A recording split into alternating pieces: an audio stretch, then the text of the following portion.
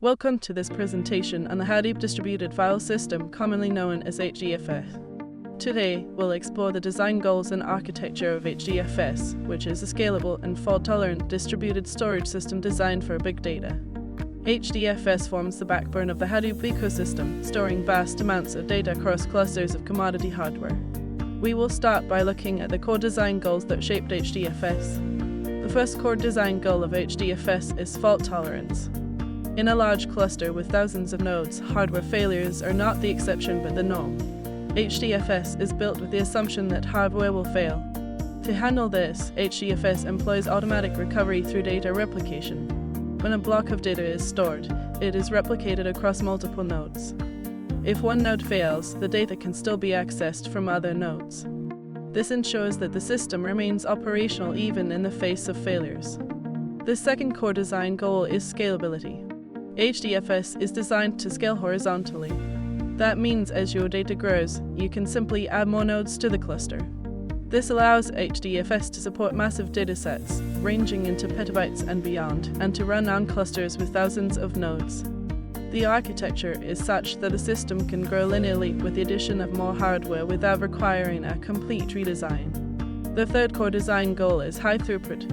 HDFS is optimized for batch processing frameworks such as MapReduce. It is designed to provide high throughput of data access, which is more important for batch jobs than low latency. This means HDFS prioritizes the streaming of large amounts of data over providing quick access to small pieces of data. This design choice makes it ideal for processing large datasets in parallel. The fourth core design goal is cost effectiveness and the WARE model. HDFS runs on commodity hardware and inexpensive, off-the-shelf servers, which significantly reduces the cost of storing large amounts of data. Additionally, HDFS follows the write once, read many, or WARE model. Files are written once and then read multiple times. In the original design, files could not be modified after being written.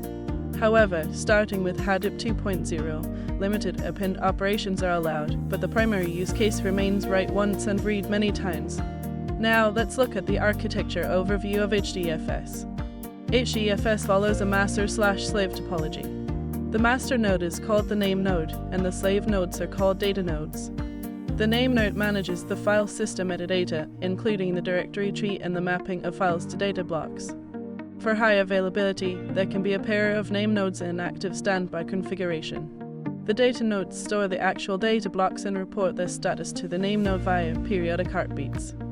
The diagram here illustrates a NameNode and a rack of DataNodes, showing the central role of the NameNode and the distributed nature of the DataNodes. Let's dive into the key components, starting with the NameNode. The NameNode stores metadata in two critical files, the FS image and the edit log. The FS image is a snapshot of the file system metadata at a point in time, and the edit log records all the recent changes. Together, they allow the NameNode to reconstruct the entire file system state. The NameNode also maintains a block map, which maps each block ID to the list of DataNodes that store that block. One important note is that in non-HA setups, the NameNode is a single point of failure. If the NameNode goes down, the entire cluster becomes inaccessible. Next, we have the DataNodes. DataNodes are the workhorses of HDFS. They store the actual data in blocks, typically 128 megabytes each. DataNodes handle read and write requests from claims.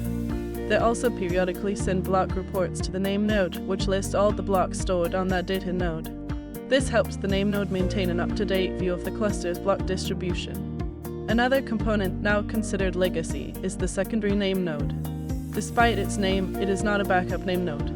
Its primary role is to periodically merge the FS image and the edit log to prevent the edit log from becoming too large. This process helps in reducing the NameNode restart time. However, in Hadoop 2.0 and later, the checkpoint node or the standby NameNode and an HA setup takes over this function, making the secondary NameNode obsolete. Now, let's discuss how data is stored in HDFS. When a file is written to HDFS, it is split into blocks of 128 megabytes each. This block size is configurable, but is typically 128 MB to minimize the overhead of seeking and optimize for large data transfers. Each block is replicated across multiple DataNodes to ensure fault tolerance. The default replication factor is 3.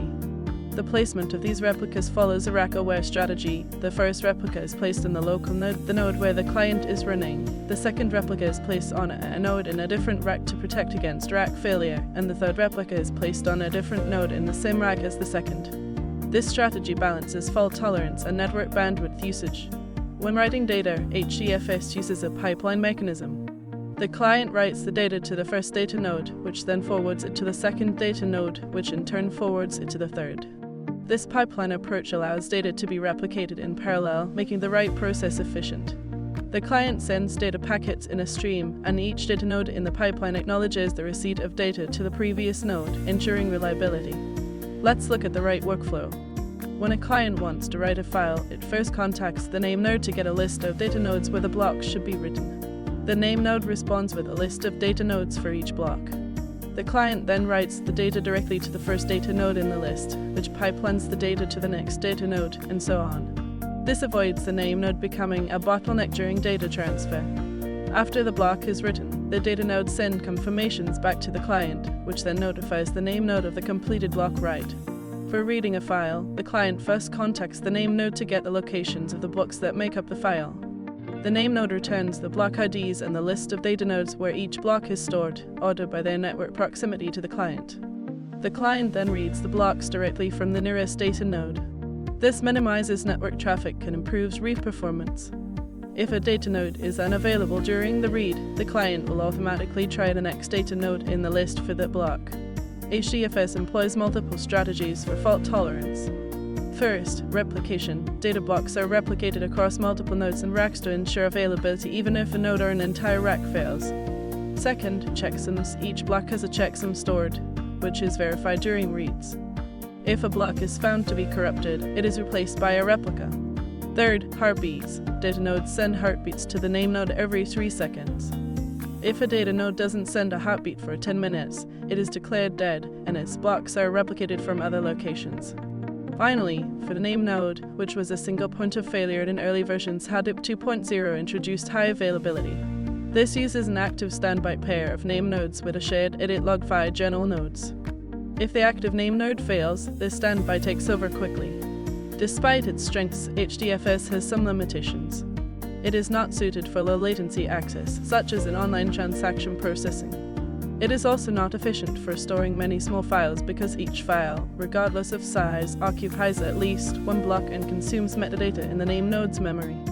Additionally, HDFS does not support random writes. It is designed for write once and append only scenarios. Another limitation is the NameNode bottleneck. Since all metadata is stored in RAM, the number of files that can be stored is limited by the NameNode's memory capacity. In summary, HDFS achieves its core design goals. It provides fault tolerance through replication and automatic recovery. It offers scalability by allowing horizontal expansion of the cluster. And it delivers high throughput for batch processing workloads. These characteristics make HDFS a robust storage system for big data applications. To recap the architecture, HDFS uses a master-slave model with the NameNode as the master and DataNodes as slaves. The data flow involves block replication and rack-aware placement to balance performance and fault tolerance. HDFS is well suited for specific use cases: log processing, where large volumes of log data are stored and analyzed, data warehousing as a storage layer for structured and semi-structured data, and batch analytics, such as running MapReduce or Spark jobs on large datasets. Thank you for your attention. Are there any questions?